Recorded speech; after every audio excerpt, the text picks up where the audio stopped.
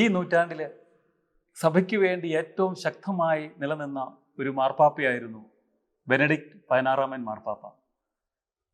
അദ്ദേഹം നമ്മുടെ ഇടയിൽ നിന്നും കാലം ചെയ്തിട്ട് ഏകദേശം 1 വർഷം കഴിഞ്ഞിരിക്കുകയാണ്. മാർപ്പാപ്പ നല്ലൊരു അധ്യാപകനായിരുന്നു. അദ്ദേഹത്തിൻ്റെ കീഴിൽ അനേകം വിദ്യാർത്ഥികൾ പഠിക്കുന്നുണ്ടായിരുന്നു.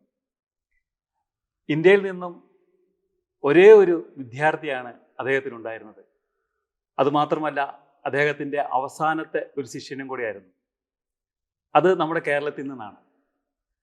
മറ്റാരുമല്ല, CMA സഭയിലെ ഫാദർ ഡോക്ടർ അലക്സ് തണ്ടിപ്പാറ. അദ്ദേഹത്തെ നമ്മൾ കണ്ടുമുട്ടിയപ്പോൾ നല്ല ഓർമ്മകൾ, മാർപ്പാപ്പയുമായിട്ടുള്ള നല്ല ഓർമ്മകൾ അദ്ദേഹത്തിൻ്റെ മനസ്സിൽ ഇപ്പോഴും നിലനിൽക്കുന്നു. നമുക്കതൊന്ന് ചോദിച്ചറിയാം. അച്ഛാ, ഈശോമിശിഹായ്ക്ക് സ്തുതിയായിരിക്കട്ടെ. അച്ഛൻ എങ്ങനെയാണ് ഈ പരിശുദ്ധ പിതാവുമായിട്ട്, ബെനഡിക്റ്റ് മാർപ്പാപ്പയുമായിട്ട് അദ്ദേഹത്തിൻ്റെ ശിഷ്യത്തിൽ ചേരാനായിട്ട് ഇടയായ സാഹചര്യം എന്ന് പറയാം? ഞാൻ 1971 ജനുവരി 3 വൈദിക പട്ടം സ്വീകരിച്ചത്. അതിനുശേഷം 2 വർഷം പൂന യൂണിവേഴ്സിറ്റിയിൽ പോയി സംസ്കൃതത്തിൽ MA എടുത്തു. അതിനുശേഷം ധർമാരാം കോളേജ്, അതറിയാമല്ലോ, DVK അവിടെ 2 വർഷം വൈദിക വിദ്യാർത്ഥികളെ പഠിപ്പിച്ചു. അതിനുശേഷം ധർമാരാമിൽ പഠിപ്പിക്കുന്ന എല്ലാവർക്കും ഡോക്ടറേറ്റ് വേണം എന്ന് നിബന്ധനയുള്ളത് കൊണ്ട് എന്നെ ഡോക്ടറേറ്റ് വിടാനായിട്ട് അധികാരികൾ തീരുമാനിച്ചു. അപ്പോൾ സ്റ്റാഫിലുണ്ടായിരുന്ന ഒരച്ഛൻ റാറ്റ്സിംഗറുടെ പേര് സജസ്റ്റ് ചെയ്തു. പ്രൊഫസർ റാറ്റ്സിംഗറുടെ പേര് സജസ്റ്റ് ചെയ്തു. ആ അച്ഛൻ തന്നെ അദ്ദേഹത്തിന് എഴുതി ഞങ്ങളുടെ ഒരു കൊച്ചച്ഛനെ പഠിക്കുവാൻ വിടാൻ ആഗ്രഹമുണ്ടെന്ന്. അപ്പോൾ അദ്ദേഹം ഉടനെ തന്നെ മറുപടി അയച്ചു, എനിക്ക് ലോകത്തിൻ്റെ എല്ലാ ഭാഗങ്ങളിൽ നിന്നും വിദ്യാർത്ഥികളുണ്ട്, ഇന്ത്യയിൽ നിന്ന് ആരുമില്ല, അതുകൊണ്ട് എനിക്ക് സന്തോഷമേ ഉള്ളൂ എന്ന് പറഞ്ഞ് മറുപടി അയച്ചു. ഞാൻ ഇന്ത്യയിലായിരിക്കുമ്പം തന്നെ അദ്ദേഹം മ്യൂണിക്കിലെ ആർച്ച് ബിഷപ്പായിട്ട് നിയമിതനായി. അന്നേരം അദ്ദേഹം തന്നെ, നമ്മളതറിയുന്ന പോലുമില്ല, അദ്ദേഹം തന്നെ എനിക്ക് ഒരെഴുത്തെഴുതി. അതെനിക്കാണ് എഴുതിയത്. ഞാൻ മ്യൂണിക്കിലെ ആർച്ച് ബിഷപ്പായി, എന്നാലും യൂണിവേഴ്സിറ്റിയിൽ ഓണററി പ്രൊഫസറായിട്ട് തുടരും. ഓണററി പ്രൊഫസേഴ്സിന് ഡോക്ടറൽ സ്റ്റുഡൻസിനെ ഗൈഡ് ചെയ്യാനുള്ള അവകാശമുണ്ട്.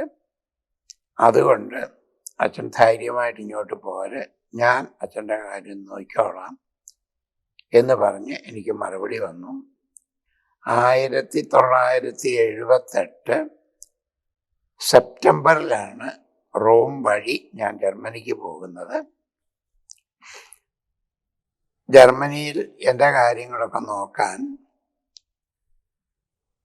അദ്ദേഹം പ്രൊഫസറായിരുന്നപ്പം അദ്ദേഹത്തിൻ്റെ ഫസ്റ്റ് അസിസ്റ്റൻ്റ് ആയിരുന്ന ഒരു സൽവത്തോറിയൻ അച്ഛനെയാണ് പിതാവ് ഏൽപ്പിച്ചിരുന്നത്. അദ്ദേഹത്തിൻ്റെ പേര് ഫാദർ സ്റ്റീഫൻ എന്നാണ്.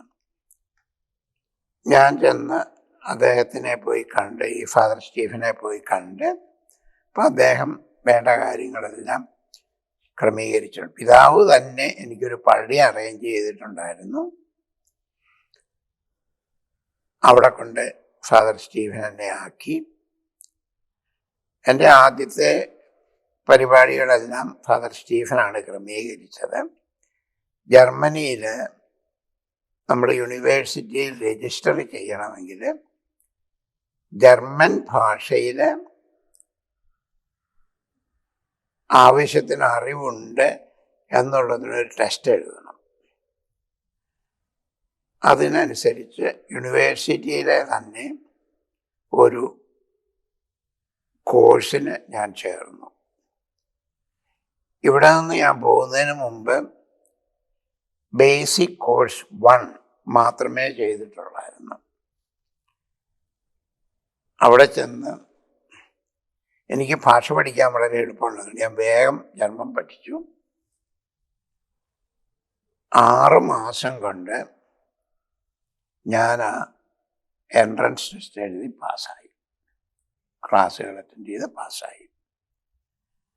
അത് കഴിഞ്ഞ് യൂണിവേഴ്സിറ്റിയിൽ സ്റ്റുഡൻ്റായിട്ട് രജിസ്റ്റർ ചെയ്തു.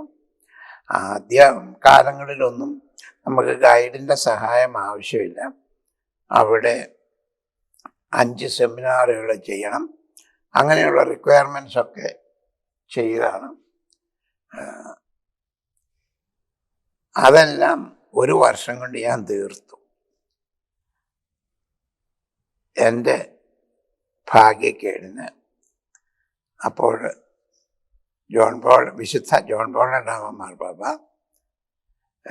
മ്യൂണിക്ക് ആർച്ച് ബിഷപ്പിനെ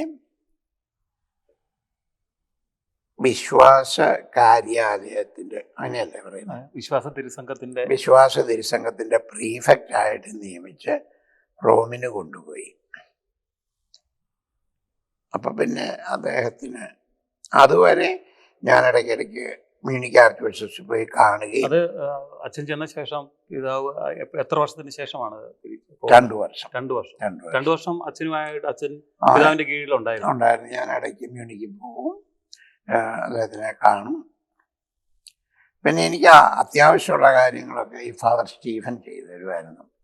പിന്നെ എന്നെ പോലെ തന്നെ തീർക്കാത്ത ഒരാളവിടെ ഉണ്ടായിരുന്നു, ഒരു അയർലൻഡുകാരൻ അച്ഛനുണ്ടായിരുന്നു. പുള്ളി എന്നെ സഹായിക്കുമായിരുന്നു, എനിക്ക് ജർമ്മൻ അറിയാൻ മേലാത്തതുകൊണ്ട്. ഈ മാർപ്പാപ്പയായിട്ട് ബെനഡിക്ട് പാപ്പായായിട്ട് അച്ഛൻ ഒരുമിച്ച് ദീപബലി അർപ്പിക്കും, അങ്ങനെയെല്ലാം ചെയ്തിട്ടുണ്ട് ഈ പരിശീലന കാലത്ത്? ഉണ്ട്. ഞാൻ തന്നെയല്ല, ഞങ്ങളുടെ ഗ്രൂപ്പ് മുഴുവനും കൂടി പിതാവിനോടൊപ്പം. പിതാവിന് ഒരുപാട് ഡോക്ടറൽ സ്റ്റുഡൻസ് ഉണ്ടായിരുന്നു. വളരെ പോപ്പുലറായിട്ടുള്ള ഒരു പ്രൊഫസറായിരുന്നു. പ്രത്യേകിച്ച് അദ്ദേഹം വത്തിക്കാൻ കൗൺസിലിലെ ഒരു എക്സ്പെർട്ട് തിയോളജിയനായിരുന്നു. അന്ന് 34 വയസ്സേ ഉണ്ടായിരുന്നുള്ളൂ. കൊളോണിലെ കാർഡിനൽ ഫ്രിങ്സ് ആണ് അദ്ദേഹത്തിനെ കൊണ്ടുപോയത്. അന്ന് അദ്ദേഹം ബോൺ യൂണിവേഴ്സിറ്റിയിൽ പ്രൊഫസറാണ്. ബോണും കൊളോണും അടുത്തടുത്താണ്. കൗൺസിലിലെ ബേബി തിയോളജിയൻ എന്നാണ് വിളിച്ചിരുന്നത് എല്ലാവരും. കാർൽ റാനർ, ഹാൻസ് കിങ്, പിന്നെ നമ്മുടെ നാട്ടിൽ നിന്ന് ഫാദർ പ്ലാസിഡ് CMI, ഇവരൊക്കെ ഈ കൗൺസിൽ എക്സ്പെർട്സ് ആയിരുന്നു. അതിലേറ്റവും പ്രായം കുറഞ്ഞത് അദ്ദേഹമായിരുന്നു. അതുകൊണ്ട് ബേബി തിയോളജിയൻ, പിന്നെ വണ്ടർ തിയോളജിയൻ എന്നൊക്കെ അന്ന് തന്നെ അദ്ദേഹത്തിൻ്റെ പേരുണ്ടായിരുന്നു.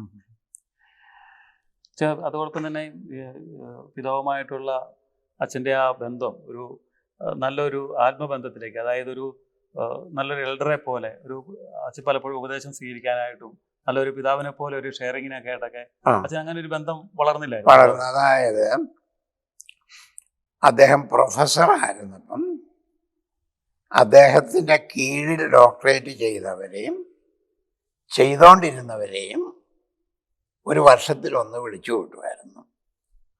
അത് എവിടെയെങ്കിലും ഒരു സ്ഥലം. അന്ന് റേഗൻസ്ബുർഗ് എന്ന് പറഞ്ഞ സിറ്റിയിൽ റേഗൻസ്ബുർഗ് രൂപതയ്ക്കൊരു ധ്യാന കേന്ദ്രം ഉണ്ടായിരുന്നു. അവിടെയായിരുന്നു ഞങ്ങൾ പതിവായിട്ട് കൂടിയിരുന്നത്, അദ്ദേഹം റോമിലോട്ട് പോകുന്നത് വരെ. അങ്ങനെ കൂടുമ്പം അദ്ദേഹത്തിനെ വ്യക്തിപരമായിട്ട് കാണാനായിട്ട് ആഗ്രഹമുള്ളവർക്ക് അവസരം തരുമായിരുന്നു. അതിനുവേണ്ടി ഒരു പേപ്പർ ഞങ്ങളുടെ ഇടയ്ക്ക് സർക്കുലേറ്റ് ചെയ്യുമായിരുന്നു. ഞാൻ എല്ലാ പ്രാവശ്യവും തനിച്ച് കാണുമായിരുന്നു. അപ്പം വളരെ പേഴ്സണലായിട്ട് സംസാരിക്കും. നമ്മുടെ ഇന്ത്യക്കാരോടുള്ള പിതാവിൻ്റെ ഒരു ബന്ധം, ഇന്ത്യക്കാരോട് വലിയൊരു താല്പര്യമായിരുന്നു. പ്രത്യേകിച്ച് അച്ഛനോടൊക്കെ ഇന്ത്യയിൽ നിന്ന് വരുന്നതാണ് അറിയുമ്പോൾ ഒരു പ്രത്യേക ഒരു പരിഗണന, ഒരു സ്നേഹം നമുക്ക് ഉണ്ടായിരുന്നു പിതാവിന്. അതുണ്ടായിരുന്നു. എന്നോട് വളരെ താല്പര്യമായിരുന്നു. അതിനൊരു ഉദാഹരണം, അദ്ദേഹം കർദിനാളായിരുന്നപ്പം എല്ലാ ഭക്ഷണങ്ങളും ഞങ്ങളുടെ കൂടെ തന്നെയാണ് കഴിച്ചിരുന്നത്. ഓ, കർദിനാളായിരുന്നപ്പം അങ്ങനെ ഒരു കാർക്കശക്കാരനായ ഒരു അധ്യാപനല്ല. അല്ല, വളരെ ഹ്യൂമേൻ, വളരെ പേഴ്സണലായിട്ട് ബന്ധപ്പെടുമായിരുന്നു അദ്ദേഹം. ഞങ്ങളുടെ ഈ മീറ്റിംഗ് വ്യാഴാഴ്ച ഉച്ച കഴിഞ്ഞ് ഞങ്ങൾ കൂടും. അന്ന് അദ്ദേഹം വരികയായിരുന്നു. വെള്ളിയാഴ്ച കുർബാനയ്ക്ക് അദ്ദേഹം വരും, ശനിയാഴ്ചയും വരും, ഞായറാഴ്ചയും വരും. 3 ദിവസവും കർദിനാളായിരുന്നപ്പം കുർബാനയ്ക്ക് കൂടുമായിരുന്നു ഞങ്ങൾ. അദ്ദേഹമാണ് മെയിൻ സെലിബ്രന്റ്. ഞങ്ങളെല്ലാവരും കോൺ സെലിബ്രൻസ് ആയിട്ട് കുർബാന അർപ്പിക്കുമായിരുന്നു. അപ്പം ഈ ഭക്ഷണത്തിന് വരുമ്പം അദ്ദേഹം, ചിലരുണ്ട് ഇപ്പോഴും അദ്ദേഹത്തിൻ്റെ ഇങ്ങനെ പറയാമെന്നറിയില്ല, എപ്പോഴും അടുത്തിരിക്കണമെന്ന് ആഗ്രഹിക്കുന്ന ഏതെങ്കിലും. ഒരു ദിവസം ഇങ്ങനെ വന്ന് അദ്ദേഹം കൂട്ടുപണിയെന്ന് ഇങ്ങനെ വന്ന് ഭക്ഷണശാലയെ വന്ന് അങ്ങോട്ടും ഇങ്ങോട്ടും ഒക്കെ നോക്കി. അപ്പം ഞാൻ ഒരു മേശയിൽ, ഞാൻ തന്നെയല്ല, 2-3 പേരവിടെ ഉണ്ടായിരിക്കുന്നുണ്ട്. അപ്പം അദ്ദേഹം ചിരിച്ചുകൊണ്ട് പറഞ്ഞു, ഇന്ന് ഞാൻ എൻ്റെ അനാഥക്കുട്ടിയുടെ അടുത്തിരിക്കട്ടെ എന്ന് പറഞ്ഞ് എൻ്റെ അടുത്ത് വന്നിരുന്നു. അച്ഛൻ്റെ അടുത്ത് വന്നിരുന്നു, കൂടെ ഇരുന്ന് ഭക്ഷണം കഴിച്ചു. അങ്ങനെ വളരെ പേഴ്സണലായിട്ട് ബന്ധപ്പെടുന്ന ഒരു മനുഷ്യനായിരുന്നു അദ്ദേഹം. ഈ കർദിനാളായിരുന്നപ്പം എല്ലാം ഞങ്ങളുടെ കൂടെ ഒന്നിച്ച് ചെയ്യുമായിരുന്നു. എല്ലാം, ഭക്ഷണം കഴിക്കുക, കുർബാന ചെല്ലുക, മീറ്റിംഗ് കൂടുക, ചർച്ച ചെയ്യുക, എല്ലാത്തിനും അദ്ദേഹം ഫുൾ ടൈം ഉണ്ടായിരുന്നു. അതോടൊപ്പം തന്നെ അച്ഛാ, ഈ അച്ഛനോടൊത്തൊക്കെ നിങ്ങൾ ഗ്രൂപ്പായിട്ട് വിദ്യാർത്ഥികളോടൊപ്പം ഇരുന്ന് അദ്ദേഹം കുർബാന അർപ്പിക്കുമ്പോഴൊക്കെ ഈ വിശ്വാസ പാരമ്പര്യങ്ങളും നമ്മുടെ ആ തലങ്ങളൊക്കെ അദ്ദേഹം വെള്ളം ചേർക്കാതെ ഈ കുർബാനയിലായിക്കോട്ടെ നിങ്ങളോട് അതിനെക്കുറിച്ച് സംസാരിക്കുമ്പോഴൊക്കെ അദ്ദേഹം അതിനൊരു കുറവും കാണിച്ചില്ലല്ലോ, അല്ലേ? ഇല്ല, ഒരിക്കലും. അത് കുർബാനയുടെ ക്രമങ്ങളൊക്കെ വളരെ കൃത്യമായിട്ട് അദ്ദേഹം ചെയ്യും. എനിക്ക് പലപ്പോഴും തോന്നിയിട്ടുണ്ട്, അദ്ദേഹം ദിവ്യബലി അർപ്പിക്കുമ്പം മുഖത്തൊരു ശോഭയുണ്ടെന്ന് എനിക്ക് തോന്നിയിട്ടുണ്ട്. അതുപോലെ വളരെ ഭക്തിയോടുകൂടി അദ്ദേഹം കുർബാനയിലുള്ളായിരുന്നു. ഹോമിലി എപ്പോഴും അദ്ദേഹം തന്നെയാണ് പറഞ്ഞിരുന്നത്. നല്ല അർത്ഥവത്തായ ഹോമിലിയോട് പറയുമായിരുന്നു. അപ്പം എന്നോടും എൻ്റെ നേരത്തെയുള്ള കൂട്ടുകാർ പറഞ്ഞത് അദ്ദേഹത്തിൻ്റെ കീഴിൽ 60ഓളം പേര് ഡോക്ടറേറ്റ് ചെയ്തിട്ടുണ്ടെന്നാണ്. അപ്പം ഞാൻ ചെന്നപ്പം, ഞാൻ കൂടാൻ തുടങ്ങിയ മീറ്റിങ്ങുകളിൽ 45ഓളം പേര് വരുമായിരുന്നു. അപ്പോഴത്തേക്കും 10-15 പേര്, ചിലരൊക്കെ മരിച്ചുപോയി, ചിലരൊക്കെ രോഗികളായി, അങ്ങനെയൊക്കെ പോയി. എന്നാലും 45 പേരൊന്നിച്ച് കൂടുമായിരുന്നു ഞങ്ങൾ. അങ്ങനെയൊരു വളരെ പേഴ്സണലായിട്ടുള്ള. പിന്നെ എനിക്ക് ഏറ്റവും അത്ഭുതം തോന്നിയിട്ടുള്ള ഒരു കാര്യം, ചർച്ച നടത്തുമ്പം അത് നിയന്ത്രിക്കുന്ന അദ്ദേഹമാണ്. അപ്പം പറയും, ഒരു 3-4 പേര് ചോദ്യം ചോദിച്ചോ, അത് കഴിയുമ്പോൾ ഞാൻ ഉത്തരം പറയാമെന്ന് പറയും. അദ്ദേഹം ഒരു കടലാസ് എടുക്കുകയോ കുറിക്കുകയോ ഒന്നും ചെയ്യുകയായിരുന്നു. 3-4 പേര് ചോദ്യം ചോദിച്ചു കഴിയുമ്പം ആ ചോദ്യങ്ങൾക്കൊക്കെ കറക്റ്റായ മറുപടി എന്നിട്ട് പറയും, ഇപ്പം ഞാൻ ചോദിച്ച ഒരു ചോദ്യം ഉണ്ടെങ്കിൽ, ഫാദർ അലക്സാണ്ടർ ഇങ്ങനെയല്ലേ ചോദിച്ചത് എന്ന് പറഞ്ഞിട്ട് പുള്ളി ഞാൻ ഉത്തരം പറയും. അത്ര കൃത്യമായിട്ട്. അതുപോലെയായിരുന്നു, അത്ര ബുദ്ധിമാനായിരുന്നേ. അതുപോലെ ഇപ്പം തന്നെ വെച്ചാൽ ഇങ്ങനെ ഞാൻ കേട്ടിട്ടുണ്ട്, സാധാരണ എല്ലാവരും അറിവ് വർദ്ധിക്കുമ്പോൾ വിശ്വാസം കുറയുന്ന ഒരു കാലഘട്ടത്തിൽ അദ്ദേഹത്തിന് അറിവ് കൂടുന്നതനുസരിച്ച് അദ്ദേഹത്തിൻ്റെ വിശ്വാസം ശക്തമായിരുന്നു എന്ന് പറയുന്നുണ്ടായിരുന്നു. അച്ഛന് കൂടുതലായിട്ട് പിതാവുമായിട്ടൊരു ബന്ധത്തിൽ നിൽക്കുമ്പോൾ അദ്ദേഹം ആ വിശ്വാസ തലങ്ങളിൽ അദ്ദേഹം വെള്ളം ചേർക്കുകയൊന്നും ചെയ്യാത്തൊരു ഒരു കോംപ്രമൈസും അദ്ദേഹം ചെയ്യുകയായിരുന്നു. റോമിലോട്ട് പോയി കഴിഞ്ഞപ്പം മീറ്റിംഗ് എപ്പോഴും റോമിൽ തന്നെയായിരുന്നു. റോമിൻ്റെ അടുത്ത് കാസ്റ്റൽ ഗണ്ടോൾഫോ മാർപ്പാപ്പയുടെ സമ്മർ റെസിഡൻസിനടുത്ത് ഒരു വലിയ റിട്രീറ്റ് സെൻ്റർ ഉണ്ടായിരുന്നു. അപ്പോൾ നിങ്ങൾ അങ്ങോട്ട് പോകുമായിരുന്നു. അവിടെയാണ് കൂടിയിരുന്നത്. അപ്പം അതോടൊപ്പം തന്നെ ഈ ഇതിന് ശേഷം വിശ്വാസ തിരുസംഘത്തിൽ അംഗമായിരുന്നപ്പോൾ, അത് പ്രവർത്തിച്ചുകൊണ്ടിരുന്നപ്പോഴെല്ലാം നിങ്ങളെ വിദ്യാർത്ഥികളെ അദ്ദേഹം വന്ന് കാണുകയും കാണുമായിരുന്നു. അതാണ് ഏറ്റവും ഭയങ്കര അത്ഭുതം. ഈ മീറ്റിങ്ങിന് ഒരു മുടക്കും അദ്ദേഹം വരുത്തുകയായിരുന്നു. പ്രീഫെക്റ്റ് ഒരിക്കലും മുടക്കിയിട്ടില്ല. ഞങ്ങൾക്ക് ഏറ്റവും വലിയ അത്ഭുതമായത് അദ്ദേഹം മാർപ്പാപ്പ ആയപ്പം നിന്ന് പോകുമെന്ന് ഞങ്ങൾ ഓർത്തു. പുള്ളി അതിന് പിന്നെ മീറ്റിങ്ങിന് വരികയായിരുന്നു ഓർത്തു. അപ്പം ഞങ്ങളുടെ ഓരോ കൊല്ലവും കൂടുമ്പം അടുത്ത മീറ്റിങ്ങിൻ്റെ ഡേറ്റൊക്കെ നിശ്ചയിക്കും. അപ്പോൾ ഓരോ ഡേറ്റൊക്കെ നിശ്ചയിച്ച് വെച്ചിട്ടുണ്ടായിരുന്നു. അന്നേരം അദ്ദേഹം മാർപ്പാപ്പയായത്. മാർപ്പാപ്പ ആയത് ഏപ്രിലിലാണ്. ഞങ്ങൾ ഒന്നിച്ചു കൂടാൻ വെച്ചിരുന്നത് ഓഗസ്റ്റ് ലാസ്റ്റ് വീക്കെൻഡാണ്. ജൂണിൽ സെക്രട്ടറി, പിതാവിൻ്റെ സെക്രട്ടറി, മാർപ്പാപ്പയുടെ സെക്രട്ടറി, ഞങ്ങളുടെ ലീഡർ ഫാദർ സ്റ്റീഫൻ ഇല്ലേ, അദ്ദേഹത്തിനെ വിളിച്ചു പറഞ്ഞു, പരിശുദ്ധ പിതാവിന് ആ മീറ്റിംഗ് ക്യാൻസൽ ചെയ്യുന്ന ഇഷ്ടമില്ല, അത് തുടരും, അത് നമ്മൾ നേരത്തെ ഫിക്സ് ചെയ്തിരുന്ന ആ ഡേറ്റിൽ തന്നെ അത് ഉണ്ടാകും എന്നറിയിച്ചു. അത് ഞങ്ങൾക്കെല്ലാം ഭയങ്കര അത്ഭുതവും സന്തോഷവും തോന്നി. അതോടൊപ്പം തന്നെ അച്ഛാ, ഈ പിതാവ് മാർപ്പാപ്പയായ ശേഷം പ്രത്യേകിച്ച് പിന്നെ ലോകത്തിൻ്റെ മുഴുവനും ശ്രദ്ധ അദ്ദേഹത്തിലേക്ക് തിരിഞ്ഞു. അപ്പോഴൊക്കെ പല സ്ഥലങ്ങളിലൊക്കെ സഭയുടെ ഓരോ പ്രശ്നങ്ങളെ, പ്രത്യേകിച്ച് വിശ്വാസപരമായ ചില ശോഷണങ്ങളൊക്കെ പല സ്ഥലങ്ങളിലേക്ക് ഉണ്ടാകുമ്പോൾ ഇദ്ദേഹം ശക്തമായിട്ട് അതിന് ഒരു ആഹ്വാനം കൊടുക്കുകയും വിശ്വാസത്തിൽ വെള്ളം ചേർക്കാത്തവണ്ണം രീതിയിൽ ചാക്രി ലേഖനങ്ങളൊക്കെ ഇറക്കുകയൊക്കെ ചെയ്തത്. അപ്പം അതൊക്കെ ചെയ്യുമ്പോഴും നിങ്ങളൊക്കെ ചെന്ന് അച്ഛനൊക്കെ പേഴ്സണലായിട്ട് ചെന്ന് ചോദിക്കുമായിരുന്നു, അങ്ങനെ ഓരോ ചാക്രി ലേഖനം ഇറക്കിയപ്പോഴും അതിൻ്റെയൊക്കെ ചില സംശയങ്ങളും കാര്യങ്ങളൊക്കെ നിങ്ങൾ ചോദിക്കുമായിരുന്നു? അദ്ദേഹം കർദിനാളായിരുന്നു, പ്രീഫെക്റ്റ് ആയിരുന്നു, കാർഡിനൽ പ്രീഫെക്റ്റ് ആയിരുന്നു. അപ്പം ഡോമിനുസ് യേസൂസ്,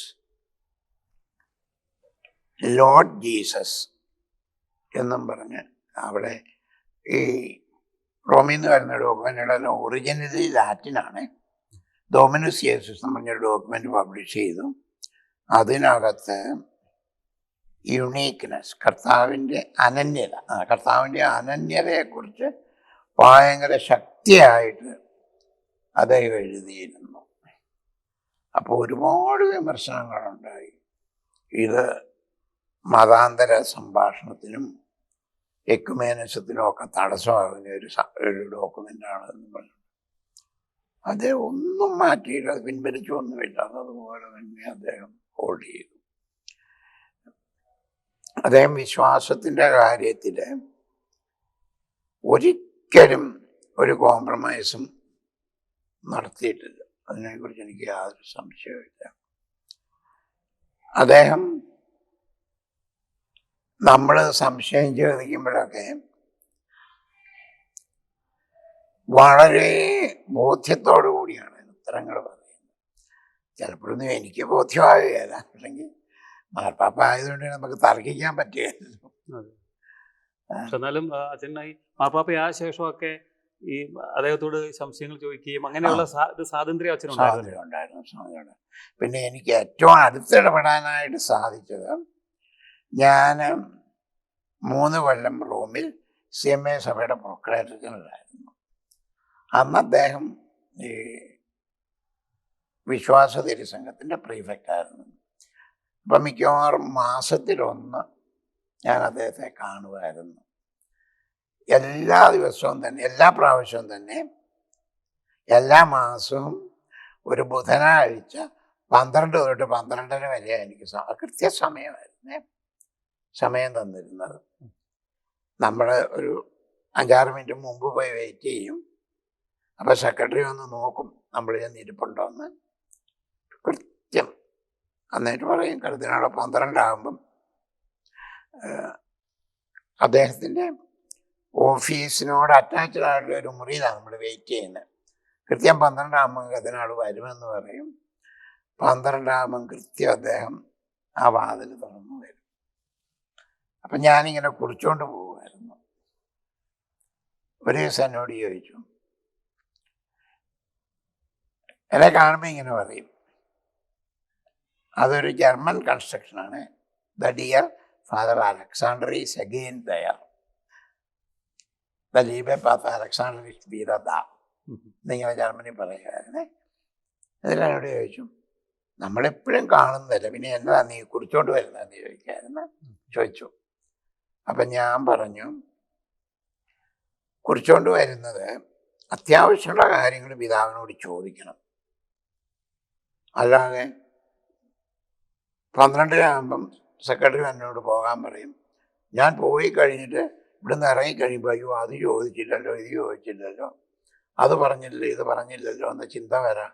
അപ്പം പുള്ളി പറഞ്ഞു, എനിക്ക് വളരെ ഇഷ്ടമാണത്, അങ്ങനെ ചെയ്യുന്നത് എനിക്ക് വളരെ ഇഷ്ടമാണ്. ഇത് ഞങ്ങളുടെ സിസ്റ്റമാറ്റിക്കാർ പലരുണ്ട്, ഇവിടെ വന്നിരുന്നാൽ ഇതെല്ലാം പറയും, സെക്രട്ടറി വരുമ്പോൾ അയ്യോ ഒരു അത്യാവശ്യ കാര്യം പറയാനുണ്ടെന്ന് പറഞ്ഞ് പിന്നെ സമയം ചോദിക്കും. അങ്ങനെ ചിലരൊക്കെ ചെയ്യും. എൻ്റെ കാര്യത്തിൽ ഒരു പ്രശ്നമില്ല, എല്ലാം കുറിച്ചുകൊണ്ട് വരും, 5 മിനിറ്റ് മുമ്പ് തീർക്കും സംഗതികളൊക്കെ എന്ന് പറയുമായിരുന്നു. അദ്ദേഹം കർദിനാളാണ്. മാർപ്പാപ്പ ആകുന്നതിന് മുമ്പ് ഞങ്ങളുടെ ഒരു മീറ്റിങ്ങിൻ്റെ തീം, ഞങ്ങൾക്ക് എല്ലാവരും ഒരു വിഷയമെടുത്താണ് ഞങ്ങൾ ചർച്ച ചെയ്യുന്നത്. ഇന്റർ റിലീജിയസ് ഡയലോഗായിരുന്നു. അന്ന് എനിക്കും ക്രിസ്ത്യാനിറ്റി ആൻഡ് ഹിന്ദുയിസം എന്നും പറഞ്ഞ് ഒരു മെയിൻ പ്രൊഫസർ പുറത്തുനിന്ന് നമ്മൾ വരും.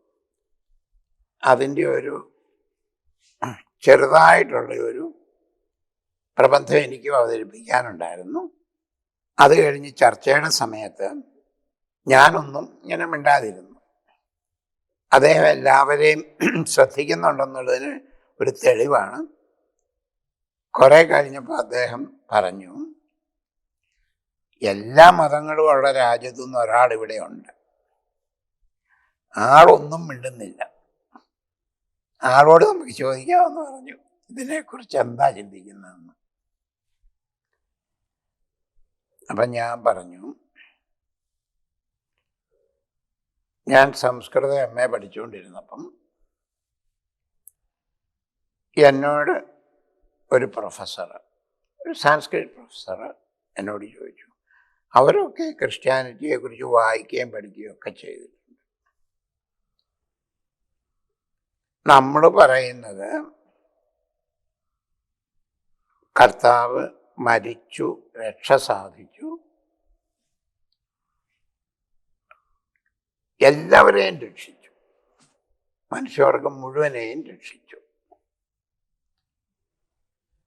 എന്നാണ് നമ്മൾ പറയുന്നത്. ആ പ്രൊഫസർ എന്നോട് ചോദിച്ചു, ക്രിസ്തു വരുന്നതിന് മുമ്പും വന്നതിന് ശേഷവും നല്ല മനുഷ്യരുമുണ്ട്, മോശം മനുഷ്യരുമുണ്ട്. അപ്പാർത്തൈഡ്, സൗത്ത് ആഫ്രിക്കയിലെ വർണ്ണവിവേചനം പ്രാക്ടീസ് ചെയ്തത് ക്രിസ്ത്യാനികളാണ്. ലോകമഹായുദ്ധങ്ങളെല്ലാം ഉണ്ടാക്കിയത് ക്രിസ്ത്യാനികളാണ്. അപ്പം പിന്നെ നമ്മൾ ഒരു രക്ഷിക്കപ്പെട്ട ജനമാണ് എന്നെങ്ങനെ പറയാൻ സാധിക്കും? അതുകൊണ്ട് ഹിന്ദുമതത്തിലെ വിശ്വാസമല്ലേ നല്ലത്? അവതാരങ്ങൾ പിന്നെയും പിന്നെയും ഉണ്ടാകണം. മനുഷ്യ ബലഹീനരാണ്. അപ്പം മനുഷ്യ ഇങ്ങനെ തെറ്റിലേക്ക് പോയിക്കൊണ്ടിരിക്കും.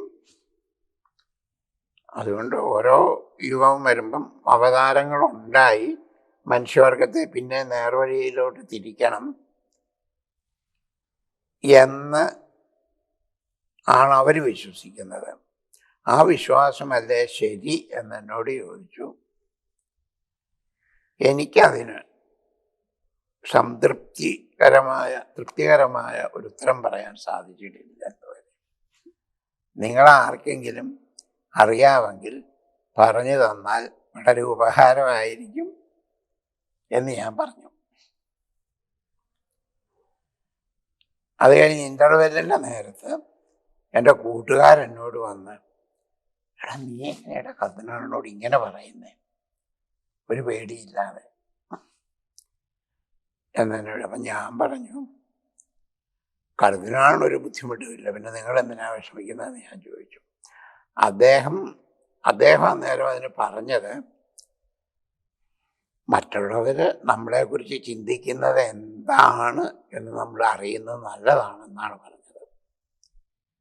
അപ്പം അന്നേരം അങ്ങനെ പറഞ്ഞു, മറ്റുള്ള മതക്കാർ നമ്മളെക്കുറിച്ച് എന്താണ് ചിന്തിക്കുന്നതെന്ന് അറിയുന്നതും നല്ലതാണ് എന്ന് പറഞ്ഞു. അതെ, അതായത് അതിൻ്റെ അർത്ഥം നമ്മുടെ സാക്ഷ്യം ഇതുവരെയും ശരിയായിട്ടില്ല എന്നാണ് അതിന്റെ പിന്നിലുള്ള ഒരു മറഞ്ഞു കിടക്കുന്ന ആൻസർ എന്ന് പറയുന്നത്. അങ്ങനെ പറയാനായിട്ടുള്ള ഒരു സ്വാതന്ത്ര്യം എനിക്കുണ്ടായിരുന്നു. രണ്ടാമത് ഈ വിശ്വാസത്തെക്കുറിച്ചൊക്കെ ഓരോന്നൊക്കെ ചോദിക്കുമ്പോഴും ഈ അദ്ദേഹം വിശ്വാസത്തിൻ്റെ ഇത് പ്രഘോഷിക്കാനോ അല്ലെങ്കിൽ പ്രത്യേകിച്ച് വിശ്വാസ വർഷമായിട്ട് മാർപ്പാപ്പയായ ശേഷം ഒരു വർഷം തിരുസഭയിൽ വിശ്വാസ വർഷമായിട്ട് പ്രഖ്യാപിക്കുകയുണ്ടായി. അപ്പോൾ വിശ്വാസത്തെക്കുറിച്ച് ഒരു ചാക്രിലേഖനൊക്കെ ഇതുണ്ടായി. അപ്പം അതുമായിട്ടൊക്കെ അച്ഛൻ ചോദിച്ചിട്ടുണ്ട്, ഇതുപോലെ വിശ്വാസം ഇത്ര ഒരു മായവുമില്ലാതെ ഒരു വെള്ളം ചേർക്കാതെ ഇതുപോലെ പറയാൻ ഇതുപോലെ അവതരിപ്പിക്കാനായിട്ട് ഭയം തോന്നുന്നില്ല എന്ന് ചോദിച്ചിട്ടില്ലായിരുന്നു. കാരണം ഇതുപോലെ ഒരു പ്രശ്ന കലുഷിതമായ ഒരു കാലഘട്ടത്തിൽ ഇങ്ങനൊരു മാർപ്പാപ്പ വളരെ വിശദമായ ദീർഘമായ ചർച്ചയുടെ മുഴുവനും കർദിനാളായപ്പോഴായിരുന്നു. മാർപ്പാപ്പ ആയി കഴിയുമ്പോൾ അത്രയും സമയം നമുക്ക് കിട്ടുകയില്ല. ഒരു ദിവസം ഈ വിശ്വാസ തിരുസംഘത്തിൻ്റെ പ്രീഫെക്റ്റായിരുന്നപ്പം അദ്ദേഹം ഹോമോസെക്ഷുവാലിറ്റിയെ കുറിച്ച് ഒരു ഡോക്യുമെൻ്റ് പബ്ലിഷ് ചെയ്തു. ഈ എല്ലാ തിരുസംഘങ്ങളും ഡോക്യുമെൻറ്റ്സൊക്കെ പബ്ലിഷ് ചെയ്യുന്നത് മാർപ്പാപ്പയുടെ അംഗീകാരത്തോടു കൂടിയാണ്. അല്ലാതെ സ്വന്തമായിട്ട് പബ്ലിഷ് ചെയ്യാൻ അവർക്ക് അധികാരമില്ല. മാർപ്പാപ്പയുടെ അംഗീകാരത്തോടു കൂടി ഒരു ഡോക്യുമെൻ്റ് പബ്ലിഷ് ചെയ്തു. അതിന് കാരണം ഈ ഹോമോസെക്ഷുവാലിറ്റി ഒരു പ്രശ്നമല്ല എന്നുള്ള ഒരു ഇംപ്രഷൻ യൂറോപ്പിൽ അങ്ങ് വന്നു. ജർമ്മനിയിൽ തന്നെ ഒരു ഗേ മിനിസ്റ്റർ ഉണ്ടായിരുന്നു. ഗേ മിനിസ്റ്റർ എന്ന് പറഞ്ഞാൽ അറിയാമോ? ഒരു പാർട്ട്ണർ ഉണ്ടായിരുന്നു, ഒരു മെയിൽ പാർട്ട്ണർ. അവിടുത്തെ മന്ത്രിക്ക് ഒരു മെയിൽ പാർട്ട്ണർ ഉണ്ടായിരുന്നു.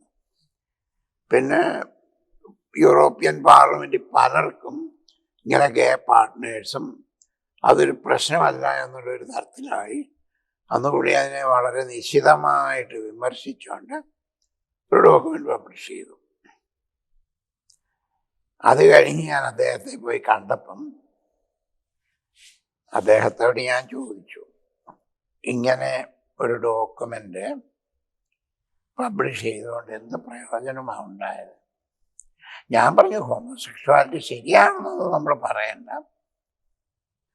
അങ്ങനെ ഞാൻ പറഞ്ഞു, ഇങ്ങനെ ശരിയാണെന്ന് നമ്മൾ പറയണ്ട. പക്ഷെങ്കിൽ ഇങ്ങനെയൊരു ഡോക്യുമെൻ്റ് പബ്ലിഷ് ചെയ്തുകൊണ്ട് ഒരുപാട് വിമർശനങ്ങൾ, കർത്താവ് പഠിപ്പിച്ച കരുണയും സ്നേഹവും ഒന്നും ഇല്ലാത്ത ഒരു ഡോക്യുമെൻ്റാണ്, അതാണ് ഇതാണെന്നൊക്കെ പറഞ്ഞു. ഇങ്ങനെ ഈ മാർപ്പാപ്പയുടെ ഇങ്ങനെ യൂറോപ്പിലൊക്കെ ക്രിസ്ത്യൻ കൺട്രീസ് ആയതുകൊണ്ട് മീഡിയ ഒക്കെ ഒരുപാട് റിയാക്ട് ചെയ്യും. വളരെ വളരെ രൂക്ഷമായിട്ട് പ്രതികരിച്ചുകൊണ്ടുള്ള അപ്പം ഞാൻ ചോദിച്ചു, നമ്മൾ മിണ്ടാതിരുന്നാൽ സമാധാനമായിട്ടൊക്കെ പോയിക്കൊണ്ടേനെ. ഇത് പബ്ലിഷ് ചെയ്തുകൊണ്ട് ഭയങ്കര ബഹളമായി. അപ്പോൾ അദ്ദേഹം വളരെ ശാന്തമായിട്ട്, ജർമ്മനിയിലാണ് പറഞ്ഞത്, അതിൻ്റെ മലയാള പരിഭാഷ ഏകദേശം ഇങ്ങനെയാണ്. എൻ്റെ പേര് വിളിച്ചു, father Alexander. We priests and bishops, നമ്മൾ അച്ഛന്മാരും ബിഷപ്പന്മാരും സത്യത്തിന് സാക്ഷ്യം നൽകാനാണ് വിളിക്കപ്പെട്ടിരിക്കുന്നത്. മറ്റുള്ളവരെ സുഖിപ്പിക്കാൻ വേണ്ടിയല്ല, അതല്ല നമ്മുടെ ജോലി. മറ്റുള്ളവരോട് ഇഷ്ടമുള്ളത് പറയുക, ഇഷ്ടമില്ലാത്തത് പറയാതിരിക്കുക, അങ്ങനെയല്ല, സത്യം പറയണം എപ്പോഴും. അതാണ് നമ്മുടെ കടമ. പിന്നെ ചരിത്രം എന്നെ വിധിച്ചോട്ടെ. അപ്പോൾ അതിനെക്കുറിച്ച് വ്യക്തമായിട്ടൊരു പഠനവും കാഴ്ചപ്പാടും ഒരു ദൈവിക ദർശനവും അദ്ദേഹത്തിന് ആ മേഖലയിൽ ഉണ്ടായിരുന്നു എന്നുള്ളതാണ്. എല്ലാ മേഖലകളിലും അദ്ദേഹത്തിന് ഹോമോസെക്സ് പാപമാണെന്നും ദൈവം വെറുക്കുന്നതാണെന്നും അത് ലോകത്തെ തന്നെ തകർക്കപ്പെടുന്നതാണെന്നും ഒക്കെ അദ്ദേഹം വ്യക്തമായിട്ട്, അദ്ദേഹത്തിന് അതിനെക്കുറിച്ച് ഒരു സംശയമില്ല. നമ്മൾ സത്യം പറയാൻ വിളിക്കപ്പെട്ടവരാണ്, മറ്റുള്ളവരെ സൂചിപ്പിക്കാൻ വേണ്ടിയുള്ളവരല്ല എന്ന് അദ്ദേഹം വളരെ വ്യക്തമായിട്ട് പറഞ്ഞു.